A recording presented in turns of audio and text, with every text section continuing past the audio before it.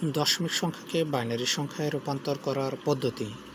দশমিক থেকে বাইনারি সংখ্যায় রূপান্তর করতে হলে দশমিক সংখ্যাকে বাইনারির বেস দ্বারা ভাগ করতে হবে এবং ভাগশেষ যে ফলাফলগুলো পাবো আমরা সেগুলোই হচ্ছে আমাদের বাইনারি সংখ্যা। চলুন দেখে নিই কীভাবে এটা করতে হয়।